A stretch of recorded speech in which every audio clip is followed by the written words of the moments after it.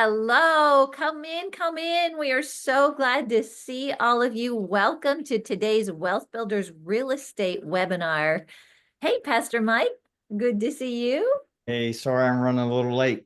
It's okay. We've got Frank Pulley, Mike Davis, and Troy Peterson with us. If you guys want to take a moment and say hi, Frank, I'll start with you. Hey, everybody. Thank you. I know it's kind of a strange time, but what a great way to kind of, have a nice interlude during your Monday morning. That's exactly Grab a right. cup of coffee and join us. Yes, and Troy Peterson. Hey, everybody. Thanks so much for taking time out to join us today. I know it's Monday. What a great way to start a week with a Monday webinar. Thanks for coming. And Mike Davis. We sure appreciate everyone here, and I'm looking forward to hearing from you guys. So I think it's going to be great. I think it is too. And we always invite you to do this because you are family. Look at that. Malou knew to do it before I even said anything. Good to see you too. Please chime in who you are. I can see your name, so that's good. Where you're tuning in from. We would just love to greet and connect with you because we are part of the Wealth Builders family. And today's webinar, while you're all doing that, is called, look at this, pretty long, a lot of content in here, Smart Financing for Dream Homes and Investments. And in particular, how to fund rentals, vacation rentals, and fix and flips. You know, Billy says real estate is financing. And the more you get into this, the more you realize it is such an important element. So here we go. We've got Brian tuning in, Maureen from North Carolina. This is great. We've got Mia, so good to see you. I'm so glad that you are on from Aurora. Timothy is joining us from, let's see here. Gotta see, I lost you there. Oh, it's a pleasure to have you on, Timothy. Thank you. Brian's joining us from Washington. We've got Jerry and Sherry on. Welcome. We're so glad to have you. We've got Paula joining us from Loveland. Welcome. We've got Gabriella on from Colorado Springs. So good to see you. We've got Ian and Dodd Taylor from Stony Creek, Ontario, Canada. Good to have you on. John, thanks for joining us from Woodland Park. We've got, I want to say this right, Felambini. I'm not sure if I got that right, from South Africa. So good to have you. And Timothy is from North Dakota. Great to have you on. And so as you join, if you wouldn't mind just putting your name, and we've got Micah coming in from Laurel Hill, Florida. So good to see all of you. So the way that we work this is we've got a great presentation today from Frank and Troy, and we want to leave about 15 minutes at the end for us to answer questions. And so if you've got a question, go ahead and enter it into the chat section. And our amazing Wealth Builders team is behind the scenes. They send those all forward and we'll answer as many as we can. Diane, thanks for chiming in from Indiana. All right, so Frank and Troy, we are all really looking forward to hearing from you. And I believe that Frank is going to start it out. So I'll go ahead and turn it over to you. All righty. Let me move things around. All right. Am I sharing? You are. There it is. Right. All right. Troy, this was kind of a walk down memory lane for both of us, wasn't it? It absolutely was. Really looking back at how we got started and what we went through. Yeah. So we're going to talk about smart financing for dream homes and investments, funding rentals, vacation properties, and fix-ups.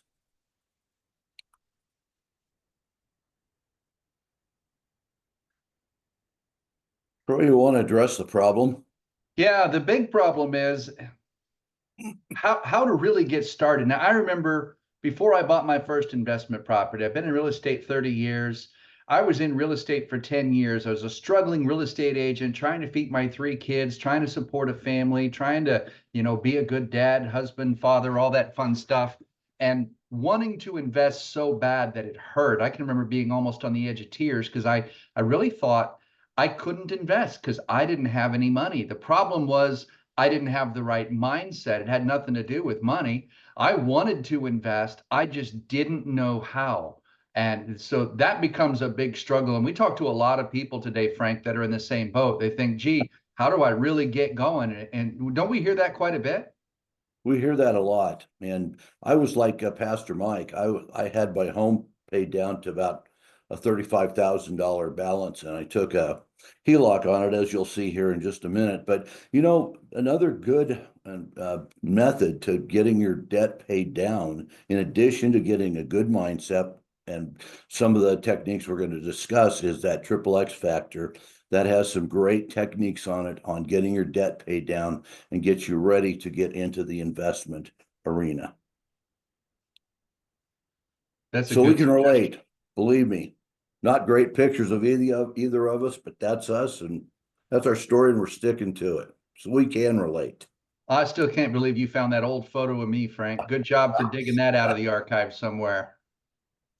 Most of you know I owned a retail business for 22 years, and the Lord spoke to me about 4 or so years before my wife and I actually sold it to our partners. But the Lord told us we needed to get out of the business. We were spending way too many hours working on our business and in our business and everything else. And we decided we wanted to maybe try real estate. And so we did take a HELOC on our home. And this was our first rental in Highlands Ranch, Colorado. We did a HELOC and we did conventional financing. We paid 140. This is kind of an interesting story. We, spent a lot of our off time, which we didn't have much of, looking for properties. We happened to see this one on the MLS, and I called the agent, and he said, yeah. He said, the guy works a bunch of hours and he's never home, but he doesn't want anybody in the house. And he said, meet me there because I'm getting ready to pull the sign. I said, okay, well, so my wife and I met him there. And the problem was he had a vicious dog in there. And so apparently he had agreed to show up for this particular showing. So he took care of the dog. Dog had not tore up the property or anything else, so which was good. But they wanted about 180K, and my wife and I said no, it works at 140K because it rents for about 14 or 1500 a month. It just had some light fix up. It was kind of interesting. We first started out, we had our kids who were teenagers at that time come over, and we did some light fix up. We had new carpet put in, but we painted it ourselves, and it was just a great family adventure. And so we held that thing for 20 years. You know, what was interesting, Troy, is even with the ups and downs of the market, this is only a 2 bedroom, but even with the ups and downs of the market, it never went vacant. The only time it ever went vacant was one point in time when I pulled it off the market for about 6 weeks after a tenant had left to upgrade some things, a couple of appliances and things like that. We did really well. And one thing I really liked about that I look for, it's not a deal breaker, but one thing I like is if I'm any of my rentals, if you can have a couple of bathrooms, this had 1 3/4 baths. I like that in a rental. It's not a deal breaker, but if somehow one of the toilets or something like that breaks, you don't have to move the family out. So it's a nice little thing, but it's not a requirement. Anything you want to add on that respect, Troy, at all? No, that's a good thing to point out on the bathrooms. That's a good criteria to look for. I do have properties that have only one bathroom, and you're absolutely correct. If the toilet malfunctions and you end up without a bathroom, you've got an emergency situation to deal with. So it's a good thing to look for, 2 bathrooms. Yeah, we held that property for 20 years. And the main reason we got out of it was because Highlands Ranch has an HOA, and we had 4 properties there. And we sold almost exactly like this. And a couple of 3 bedrooms, another 2 bedroom. But the HOA just got to be nasty, and they picked on investors. So I just said, hey, but it was okay. We cleared $192,000 on that puppy. So that was a good one. This is our first rehab. This was down in Colorado Springs, where we actually did quite a bit of our work initially, because even 20 years ago, properties were a lot more affordable in Springs than they were up in Denver. Now this is kind of interesting. We were looking at different properties. We had a really good agent that worked with investors. She was an investor herself. Her husband's a contractor, and it was a good deal for them whenever we had them do the work. But they were very reasonable, and I tell you, it was awesome. We didn't have a lot of problems, but we made an offer on this property, and it wasn't accepted. So I asked our agent Sandra, I said, hey, well, follow this thing along, because I said, I know who's buying it, and I know they don't have a lot of money. So anyway, we started just watching it. And about 6 months later, she said they're out of money. So we went ahead and made an offer. Now, I know this is not fancy rehab, but this was pretty much the standard for that time. And it's in Colorado Springs, blue collar area. But the bathroom, if you can imagine, it had these like huge Roman columns on it. So I couldn't find the bathroom. So I pulled these off the MLS in Springs. But it had huge Roman columns and things like that. It was overfixed. We had to underfix this property in order to get it ready for sale. We used hard money, bought it for 90, rehabbed it for 20.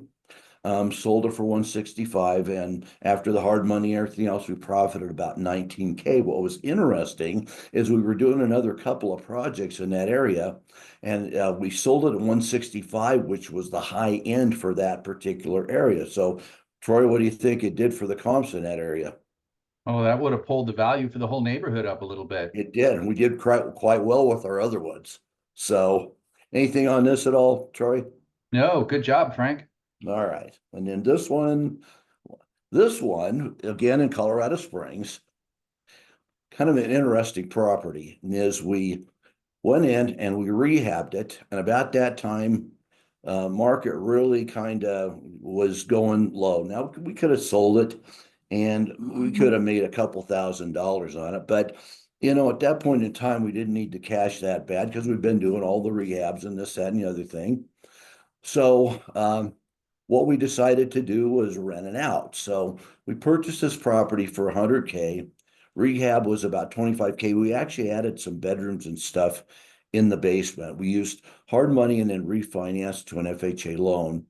And then we rented it out to two different tenants for 2 years. The last tenant, we did a rent to own, and we sold it to them for 180K and made about a $300 a month spread before they actually bought it. So it was a good money maker and kind of a way of turning something that could have potentially been a loss into something that turned out really good. And once again, in real estate, Troy, if you have some strategies and you know what they are, you can make something like this work for you.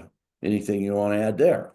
No, it's that I love how you approach this plan A, plan B. Yeah, I think that's how we should look at everything. yeah, if you can. All right, Troy, you're up, buddy. All right. Now, I told you a little bit about how I struggled getting started. Been in real estate for 30 years. In the first 10 years, I was a struggling real estate agent. And I was probably your most typical real estate agent, full-time real estate agent, not even making 30 grand a year, trying to feed kids, take care of my family. My wife is stay-at-home mom. I mean, it was a fight. I really didn't think I'd be able to invest because I just wasn't making enough money. I didn't even, as a real estate agent trying to sell houses, I didn't even own the home that my family and I lived in. We had rented. So that was just really, really made me a terrible real estate agent. As a real estate agent, you should at least own a house that you're trying to sell instead of trying to sell something you don't believe in enough to own. So my first and biggest struggle was to get out of my own mind and realize that I could do this. And I actually got involved in a local real estate investment club, and I met a guy named Joe Ball, who became one of my first and most influential mentors, who helped me get out of that trap that I had in my mind that said I couldn't afford it, and helped me figure out how I could use everything that I had to my advantage to be able to buy my first home. And this is actually the first home that my family and I bought in Orlando in 2002. We bought this home as an owner occupied. Now I went in to a new community. The builder was still building in this community. So this house was less than a year old. And I found a seller who was listed on the MLS who was trying to compete with the builder can't compete with a builder very well in a community like that, can you, Frank? Boy, yeah, you cannot. So builders offering incentives, everything else. And this guy was motivated too, because he was married when they went into contract to build it. And a year later, when it was done for him, he wasn't married anymore. So he just wanted out. Big 4-bedroom house. He didn't need it all by himself. So we bought it as an owner occupied. Now, in an owner occupied loan, I'm able to get that way down. That means, in fact, I really ended up with no money out of pocket to buy this because I was able to cover everything, down payment, everything, using the tools that I had at hand. My seller agreed to pay some closing costs. Because I was a real estate agent, I actually collected a broker commission, which I used to cover my down payment. And because we were competing against the builder, we actually bought it below market. So I was able to close on this and have equity. And in that day, I was able to get an equity loan against the property for that unused equity. And that gave me my first HELOC. So I got into my first house with just about nothing out of pocket and had equity. So I suddenly was able to cross that barrier from broke real estate agent to now homeowner with equity to invest. And that put me on the spree. So I started shopping. I took that equity line and I actually went out and used some of the connections I'd had at the investment club. And you want to go ahead and click to the next slide there, Frank? You got it. And I connected with a wholesaler who sold me this house. Now, this is the very first investment property that I ever bought. Typical Class C. It was a little bit of a rougher neighborhood, but it wasn't so rough that I didn't feel good about my wife going there by herself. I mean, it was just an older home, older community, but still a decent area, still not bad at all, not an unsafe place. And I bought it from a wholesaler. Now, that wholesaler also connected me to my first hard money lender, which was a local little banker that had just done things there in the Orlando market. And they actually loaned me money to buy this house that also covered some of, but not all of the repairs. So I used my HELOC, not my HELCO. It looks like I typed that wrong, but it's a HELOC, home equity line of credit, that I had against my primary residence to cover any down payment or fix-up cost. And then I was able to refinance it for positive cash flow. Now, when I refinanced it, because I'd held it for a few months and had been seasoned enough, I was actually able to pull a little bit of cash out and pay myself back for what I'd used on the HELOC. So now I was effectively into this property for no money down. I rented it for $850 a month. I had a payment on it on a $70,000 loan that was around 500 and something. So I had my cash flow of a few $100s a month positive, and held this property for a couple of years while it went up. Now, I originally bought it for $169, and I sold it a couple of years later for like $149. So I had good cash flow and I made a good profit. But this was the first rental. So I went in 1 year from thinking I'd never be able to invest or even be able to afford to own a home to owning a home and owning investment property. But I didn't stop there. I kept going. And so I got into the fix and flip game. You want to click the next one there, please, Frank? You got it. And in the fix and flip game, I ran across this one. Now, this honestly is not the first rehab I did. I couldn't find a picture of the first one, but this was one of many. And this one I did purchase using hard money. I absolutely love hard money. We're going to talk a little bit more about hard money and why we like it. Some people get scared of hard money because you might pay rents at 12, 16, whatever percent. And everybody freaks out at looking at that rate, but it's not the rate or the cost of the money, it's the availability. Right now, I'm getting hard money loans at about 9.5%, which still sounds higher than a 6 or 7% 30-year mortgage. But for hard money, that's still a pretty good rate, isn't it, Frank? Gosh, yeah, because when I did hard money, I know when you did it early, I mean, 15 years ago, it was 18%. And you had to, it was 4 points. In other words, if you had $100,000 loan, you also had to put down $4,000 in addition to the interest-only loan. So, yeah, it's definitely become more competitive, which has been good for the investors. It absolutely, yeah. And don't let those rates scare you. Frank's right, that 18%, I did several loans at 18%. It's a simple interest loan. That's 1.5% per month. And you're usually in and out of these things in 6 months or less. You're not into these for 30 years. So you don't let that down, or that interest rate scare you. You also typically aren't putting 20 or 30% down like you would a conventional. So it's actually a lot cheaper to buy it with hard money and then refinance it. There'd be a lot less cash out of pocket and you'd have a lot more control of the deal. This particular property I bought for 90. I put about 23 into it for repairs. I sold it at 155 to a neighbor who was actually a few doors down the street. I had no realtor involved. That cut my closing costs down to really as low as I could possibly get. And I wound up with a little over $40,000 in profit, walking away from the closing table on this one. And you can see I did a lot of fix and flip. And this is why, because I really got addicted to some of those big paychecks. And they're pretty addictive, aren't they, Frank? Oh my gosh. Yes, they are. That's all I'll say about that. Yeah, fix and flips taught me that I could make an entire year's commission in 1 month. And if that's all I did was 1 month of work for the year, then I was pretty happy. You know, if you're also looking to buy and hold properties, because here's the thing about rehabs.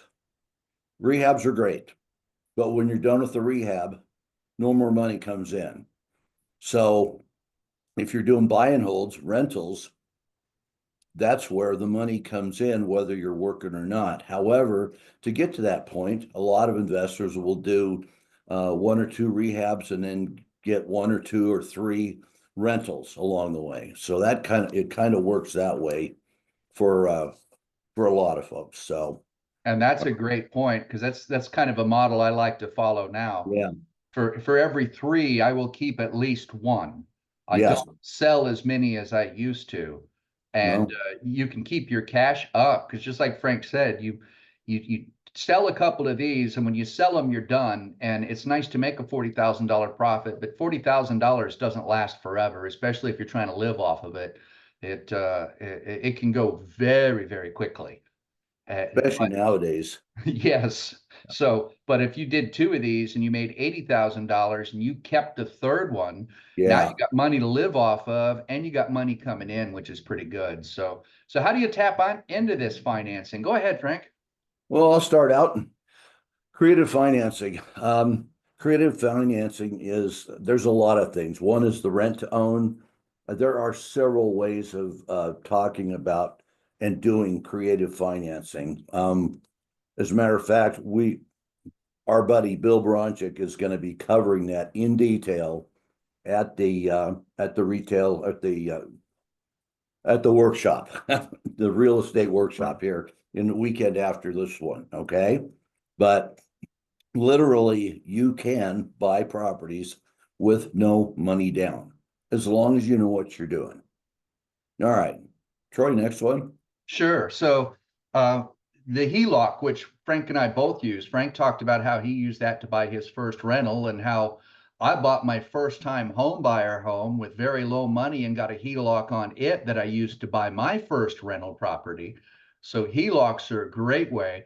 And all of these strategies, we can't get into deep details on these today, but all of these strategies are available to you as soon as you just open up the mind to what we can do. And we'll dive into more details on these in the varied sessions at the workshop coming up. Also, if you're looking to do fix and flip and do what Frank and I were talking about, to where you buy 3, flip 2, keep 1, and keep your coffers going that way, we are going to teach you at the workshop the formulas that we use to make sure that fix and flip is profitable for you, so that you can get into it and get after it real well. So now, I did my first home on the first time home buyer loan. There's some great programs out there. FHA's got one. It's 3.5% down. You can actually get down payment assistance on an FHA loan and do it for as little as $1,000 out of pocket. There are $1,000 loans on the or $1,000 down FHA. New builds are offering some phenomenal opportunities right now. Yeah. I've got builders in our area that will sell it for $1,000 down, and they pay all the closing costs. You seeing that in your area too, Frank? You do. Oh yeah, and things like interest rate buy downs. They're adding amenities, upgraded counters and floors and things like that. So yes, it's pretty competitive. So, there's another one too called an FHA 203K loan, which we won't get crazy about, but that's a loan that you can actually, given the right circumstances, you can actually get the rehab money and very little, if anything, down. I think 3% is what it is on the 203K. The only caveat is you got to live there for at least a year, but you could do that for a triplex or a duplex or something like that. And by the way, on these all these loans, you don't have to have stellar credit. You'll pay a little higher interest rate if your credit score is down in the low 600s, but a lot of these FHA, et cetera, you could still get loans. So, all right. Hard money, fix and flips. We kind of talked about that. It's a 6-month to 1-year loan. It's interest only. And, again, if you buy the property cheap enough, a lot of times the hard money lender will go ahead and they may even lend you a little more for the rehab. However, if you're new to the game, if it's your first time or two, the hard money lender is going to require what we call skin in the game. They're going to make sure that you have some money down for the first couple, but after that, if your figures are right, you're good to go. And what's cool about that is the hard money lender in most cases will come out, take a look at the property, especially if you're new, and they'll kind of compare it with, they'll inspect it and they'll pull out anything that they think might be iffy for you. They'll look at how your plan for rehabbing it, and they'll kind of let if that's online. If a hard money lender tells you you don't have a good deal, I would believe them. Troy, you want to hit the next one? Absolutely. Your hard money lender. I've seen a lot of first-time investors finally get a contract accepted. They're so excited. They go to submit it to a hard money lender, and the hard money lender turns down the deal, and then the investor gets hurt and offended. It's not you if that happens. In fact, if that happens, you got to thank that hard money lender because they just saved you from a bad deal. They've turned it down typically because they've looked at the numbers on the deal and it doesn't work. But if you're running the numbers that we're teaching you at the Wealth Builders Conference, then you're almost never going to have problem with a hard money lender. And if you do, you're going to be able to switch lenders real quick. So Yeah. Now these last two, Frank talked about hard money, and we've both talked about how we used hard money in acquiring some of our first investment properties. But then the last one, the DSCR for rentals and short-term vacation rentals, that's a great tool. Now, DSCR stands for Debt Service Coverage Ratio. And it's actually a commercial type loan that is made available on investment residential property. And it uses the rents to cover the payment. So it's a beautiful, beautiful product. In fact, I've got a number of these DSCR loans that don't even show up on my personal credit because they're all in the name of LLCs. It's a super, super convenient commercial type loan product that you can get. And you don't even have to prove income. You just have to show the rental. In fact, I've even done these type loans on properties that aren't rented because the appraiser reports what the rents are going to be.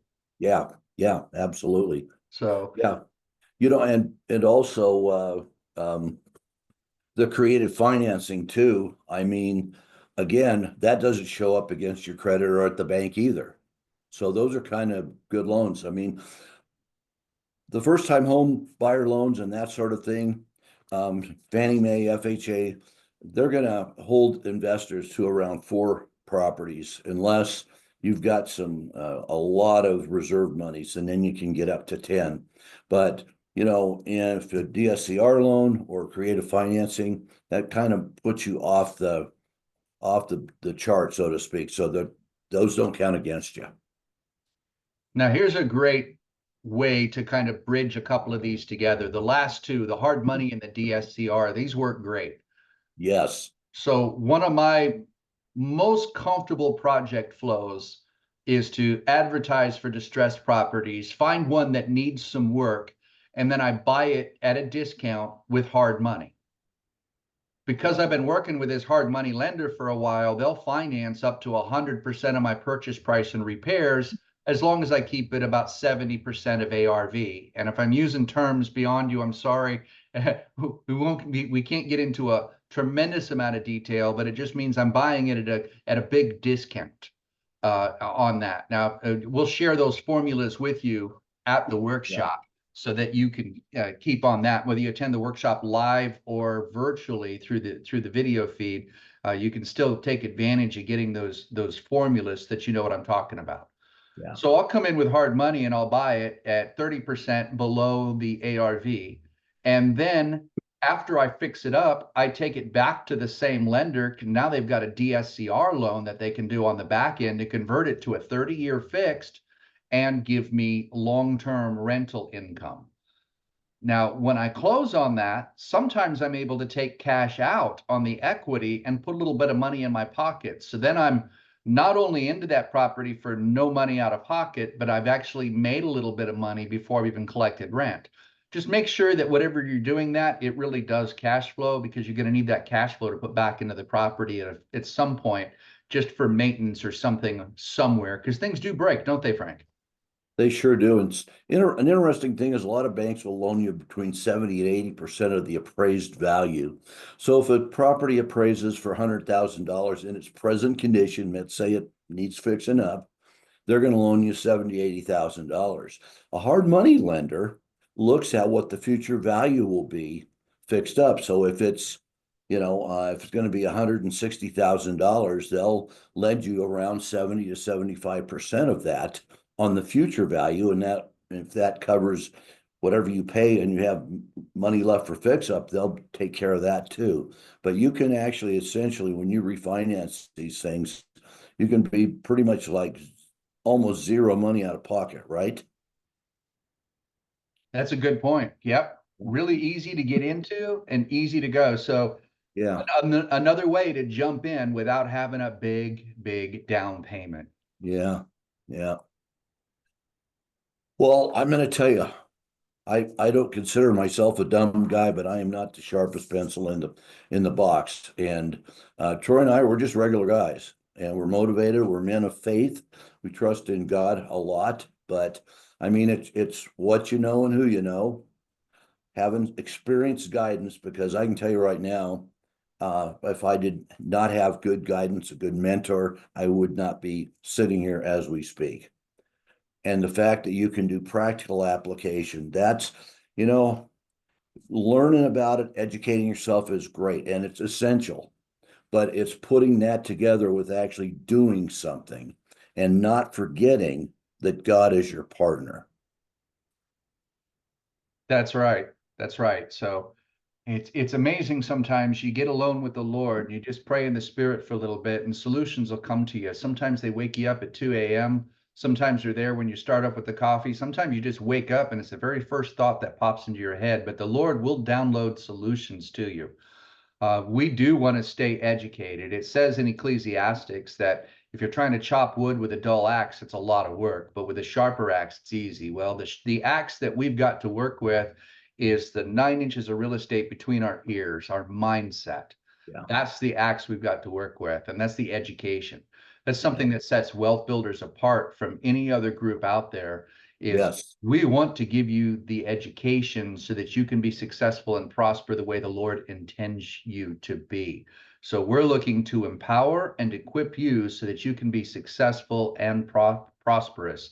And so we freely take the experience that we've gained from years of trial and error ourselves, and we share them with you. That helps to shorten your learning curve so that you can increase your path to success and get there that much faster. We do it with practical application. As Frank said, it's because we partner with the Lord and we encourage you to do just the same. I know we've been on many coaching calls where we're ministering to somebody and praying with somebody right through a deal, right, Frank? Absolutely. Absolutely. So I actually have a box of Kleenex here in my office.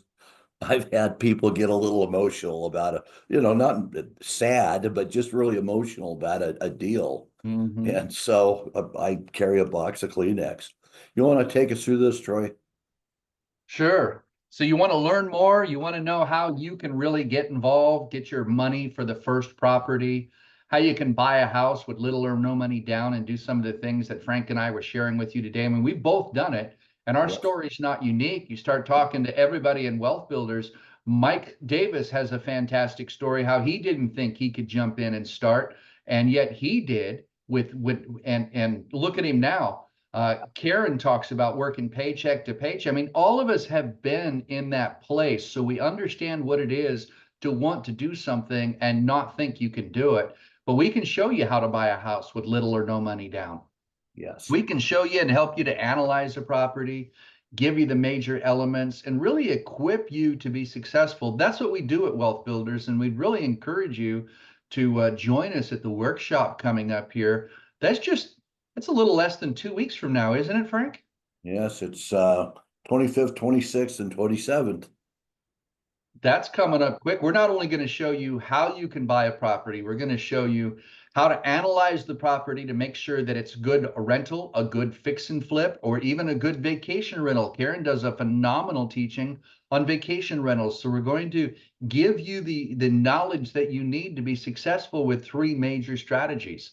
Bill Bronchek's going to be there talking about how to do asset protection. He does a phenomenal teaching on that, and is a very seasoned and experienced attorney, and one of my early mentors who, I mean, I was a big follower of him 20 years ago, and now to be able to work with him, what a tremendous honor. Of course, Frank works arm in arm with him. In fact, you're sitting in his office right now, aren't you, Frank? I'm sitting in my office in his office. Yes.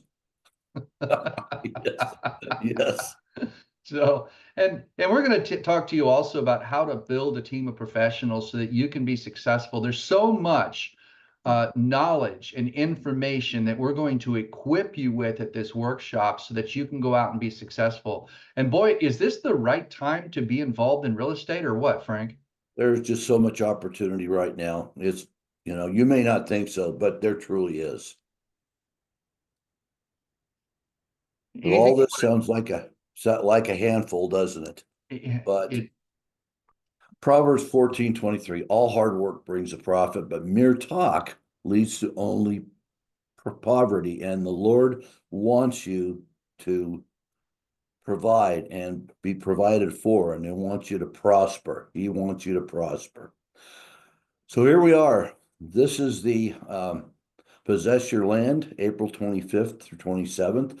Biblically, God wants you to own land. It's all over the place in the Bible. We're going to be talking, as Troy mentioned, creative financing strategies. We're going to give you an economic outlook so you can look for the opportunities. And we're all going to talk about buy and holds, fix and flips, vacation rentals. You can be in person. We'd rather you're in person, but you can also be live streaming this event also. And the tickets are available.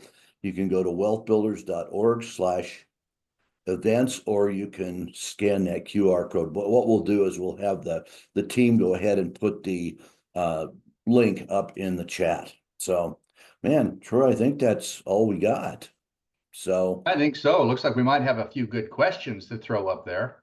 I'll bet we might. All right. Well, here we go. Let's see if Mike or Karen have anything they want to throw in, Yeah, because we skipped through so much absolutely. information. Let's find out what we left out. Go ahead. Go ahead, Karen. I thought this was great information. And, like I said at the beginning of the webinar, Billy often references that real estate is financing. And it truly is. And me being a banker for 25 years, if I heard the term hard money loans, I thought someone was going to come and knock my kneecaps off, right? If I made a mistake, and that's just not it at all. And so I really love how we are able to cut through this. You'll learn much more at the real estate workshop, go through some real specific scenarios, but some of these tools that are out there for investors, we just need to be aware of. And that's what we're committed to with Wealth Builders. I thought this was great, you guys. Lots of options, a really nice introduction to what people will learn more about at the real estate workshop. Mike? I agree. And, it could be overwhelming, but the bottom line is, I think if they just look at this from a 30,000-foot view, it's like, what? There are so many ways that people can do this. And like some of us, me, I'll say for me, when I started, I don't know if I can do this. With teaching like this, you're going to be able to go, I believe there's a way for me to do this. And that is true. Yep. I just think God's put us together as a team to get people to see that they can do real estate and that they can increase. You know, a great scripture in 1 Corinthians chapter 3, Paul said this, he said, I planted, Apollos watered, but God gave the increase. So when we put our hand to something and we are planting, you can plant a house as a seed and you just watch, God will increase it because you have a wealth builders team to help you to cause that to grow. That is awesome. That's great, you guys. Okay, we do have some really good questions. And so we'll spend some time here going through those. The first one is from Paula. And Troy, she says, what do you mean when you said you bought from a wholesaler? That's a great question, Paula. is. So a wholesaler is somebody who specializes in finding distressed properties and selling them to investors at a discount. Now, with wholesalers, I'm just going to add this, and I know Frank and Mike would agree with me completely on this. With wholesalers, you want to use a little bit of caution. And because I mean, we've all seen it. I know you have as well, Karen. The wholesalers that advertise, buy this property, it's worth 200. You can have it for 100, and it only needs 20,000 in fix up. And you find out later it's really only worth 110, and it needs 50,000 in fix up. So you have to be careful. But that's why we're going to teach you the formulas at the workshop so that you don't get caught up in that trap. Because when you find a good wholesaler, they can feed you dozens of properties and you can make a lot of money with a lot of their work. That's so good. You guys have anything to add to that or good? No, Okay, this is from Christina. She said, a builder in Texas told me they couldn't put any more than 2% legally toward closing costs on an investment purchase. Have you all seen this before? I have. This is the guidelines for the DSCR loans. I don't know if it extends beyond that or not. You guys, do you know if it's just, this is a DSCR, or is it all investment loans? There are Me- certain me. restrictions on how much they can contribute on a loan Yeah. traditionally. But then there's a lot of builders that either own their own loaning officer or they've got some kind of a partnership with them where they have legal ways to get around the restrictions. So that might mean you keep shopping builders until you find the one that's got the incentives they can get into. But yes, you're going to find some restrictions like that.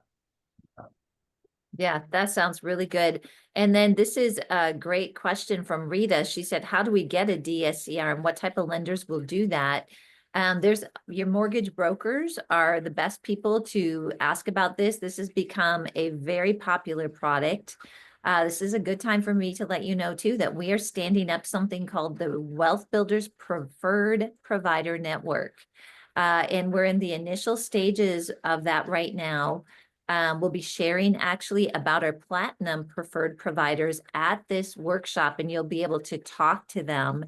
And then if you're part of the coaching program, we offer referrals and we connect you with people that are part of this network, and we'll be expanding it beyond our coaching family here, probably in 2 to 3 months. But there's lots of lenders that do this, and generally I found mortgage brokers, not the traditional bank lenders. Would you guys agree? Agreed. Yes. Okay, great. Another question on financing from Jeff Jerome. He says, do you have recommendation for lenders? We do, especially this preferred provider network, but we're working on it with our coaching family right now. Jeff says he has 0 debt and he has $400,000 in equity, an 820 to 830 credit score, $73,000 cash in the bank, but he was turned down by 2 local banks due to $23,000 of income last year. Thank you. He says thank you. And so, Mike, I might just start with you on this because you really, with banks, you kind of figured out you had to go to a lot of places, and then I'd love Frank and Troy to comment too. Yes, I would probably stay away from the big name banks and I would go to the mom and pop banks. And you don't just go to one. I went to every single one in Pueblo, Colorado, and they all told me no.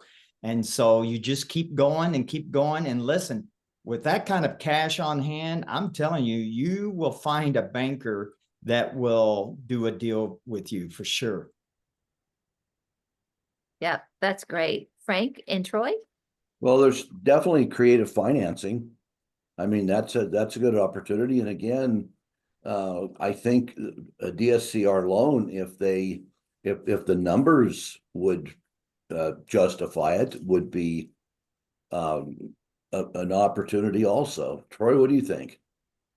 Yeah, I would agree with that. I'm also going to read a little bit between the lines here, Jeff. With a credit score like you've got, with equity and debt free like you've got, you obviously sound like somebody that's a little more savvy. So I'm going to venture that you might be in business of some sort. Because I know I run a business, my income does pretty good, but my taxable income isn't much different than yours at the end of the year because of all the write-offs I take. So I work with my lenders using a business bank statement program to where they don't look at my taxable income. They look at the actual cash flow that comes through my accounts, and then they can qualify you that way. So it might not be, it might be staying away from the big banks, big box banks like Karen suggested. It might be shopping the banks until you find the ones like Mike's talking about. But it might also be just finding the right broker that can work with what you've got. Yeah, agreed.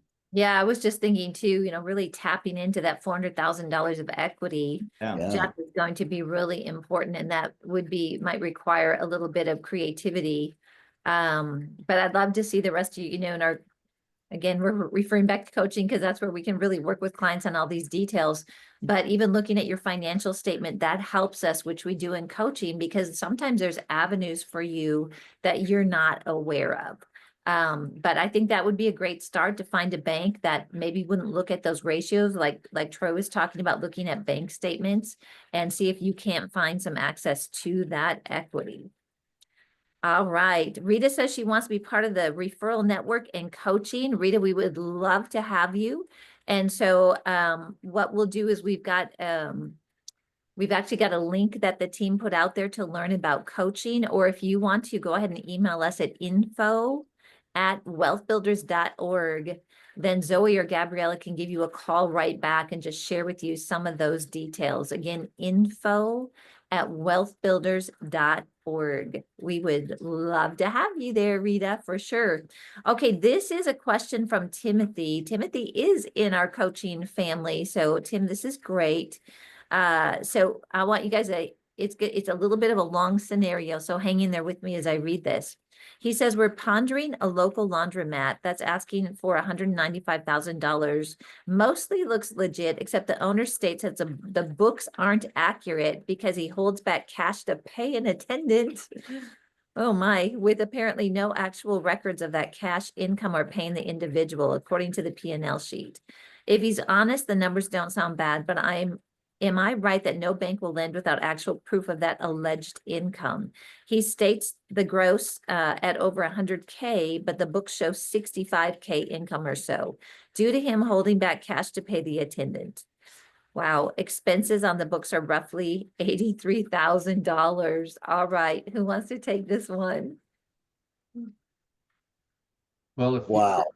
yeah, Go ahead, Troy. I would say first, if you were going to go to a lender on this, the lender's going to look at his actual financials. Yeah. The lender's not going to take any consideration for any off the books monies, even though it typically happens in businesses like that. Anything that's heavy cash, there's going to be something off the books, but no lender's going to count the off the books money. So I would recommend, and I'll let Frank add to this too, because I know he gets involved in quite a few different commercial analysis, but my thought is always offer, always purchase based on actual numbers, not the hearsay stuff. What do you think, Frank? I totally agree with that. I mean, there's just too much unknown. So I mean, you might consider maybe a creative type of deal with them, but I would still base it on what you're seeing, not what is not there. Yeah, we had someone in our coaching family was dealing with this same deal. Matter of fact, they're in the advanced coaching. Same thing. They said, well, we're just paying people with cash. And so we really walked that scenario through with them. But if you're getting financing, the numbers need to show it. Now, some of the things that we have talked about They go on projected numbers. So if you're in that place where you're transferring something to a rental or a vacation rental and there's no history on it, they would use projected numbers. But when you're looking at purchasing a business, oh my goodness, that's going to be a tough call there. So very interesting deal. Okay, we've got one. Oh, Jeff is wondering, and so Troy, you mentioned this, so I'm going to have you repeat it. What does DSCR stand for? DSCR stands for debt service coverage ratio. Great. So that's anytime you call a mortgage broker and ask them, they'll know what a DSCR is. One thing to be aware of is if you get a DSCR, you cannot live in the property. That's one of the rules where if you do, conventional primary dwelling, they have the opposite. You must live in the property. So I don't know a lot of lender rules, but just know that. This is from Ed and Meg, and they said, we have met a couple who's looking to step out of their 6 mortgage-free rental properties. 6 mortgage-free rental properties, but they do not want to pay capital gains. They're possibly interested in allowing us to step in and take over the rentals. Is there a one-on-one coaching through Wealth Builders where we could access guidance on this specific opportunity? Troy, do you want to take that? I would say yes, we do have a standalone program that you could get with. You could get with Gabriella on that, and she could break down what that looks like to where we could discuss this situation with you. But there could be good ways to help them avoid the initial hit of capital gains taxes and still make you a great deal. So that it could be a good opportunity. This is definitely one worth pursuing. Yeah. I'd want to maybe at some point in time involve somebody like Bill Bronchick in it just to make sure the I's are dotted and the T's are crossed, because it could be if you do it wrong, it could be an iffy situation for both parties. Yeah, and if for people that do sign up for coaching, it's a initial year-long program with lifetime benefits, and then we have an advanced, which is for people that complete that first one. Bill Bronchick is part of that coaching team, and that he does provide a free consultation when you sign up for coaching to help, get all these entities stood up. And then also that he has got a platform called Legal Wiz, which covers a lot of the more legal type items. And for people that join coaching, they actually get lifetime access to that. So coaching would be a really good option for you as you step through this, where you've got access to all the coaches and that initial consult from Bill Bronchick to help get you started. All right. Well, this is awesome. I do want to let you know, if you have attended a real estate workshop and you think, oh, I don't think I need to go to another one. Every real estate workshop is different. And we're continually doing some new teachings that become more relevant. When you go through the market cycles, there's changes that happen. So you really have to look at things according to what's happening today in your local markets. So I was just going to share with you one of the additions that I'm going to be doing this year that we've never done before is how to use AI in real estate investing. And this is something where I wouldn't want to teach it unless I've actually used it, right? And so I've been using it the past few months. It's been super helpful, especially in the area of vacation rentals. So that's one of the new courses that or workshops that you can look forward to at this event. Also, Billy's going to be speaking Friday night, doing all the Friday night sessions and Saturday morning. And one of the sessions he does is a market update. And that's going to be helpful because he's able to pull in information, not just in the real estate market, but what's happening in the stock market, and just provide us some really, really good insight. So we'd love to have you a part of it. In person is absolutely the best option for you. You can get a guest ticket for a reduced price. You'll find that in Ticket Spice. If you're under 40 years old, we want to encourage you when you sign up to be a part of the Young Entrepreneurs Network. And then also we've got the Preferred Providers Network that we're rolling out. So you'll get to meet all of our platinum service providers at the event. And it's just going to be a really great weekend. I learned something every weekend. Mike, do you want to add anything to that to encourage people? I just think, people, when you were saying all of this, I just sensed that people were saying, they've been praying about increasing. And here we go. This comes in, and I think it's God saying, hey, this is for you. So if people are just been praying and thinking about God, I want to prosper, I want to increase. I tell you what, don't let this opportunity pass you by. That is so true. You know, he's not going to drop it on our head. No. We have to take the steps to get the new wineskin. And I've shared this before, but for Dave and I personally, we really took on getting in these workshops and learning, just immersing ourselves. We had the desire to do real estate, to step out into these things, but we lacked the confidence.